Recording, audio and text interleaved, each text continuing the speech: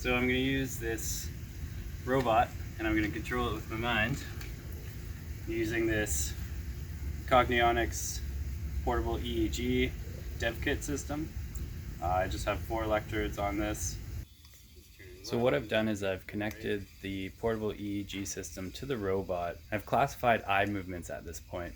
In the future I'll use brain rhythms, but for now we're going to just use eyes. So speed is linked to up and down movements. So if I look up, it'll speed up.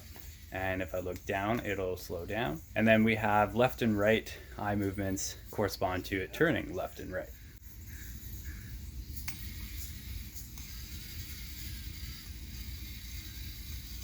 And we can go for a little walk with our robot.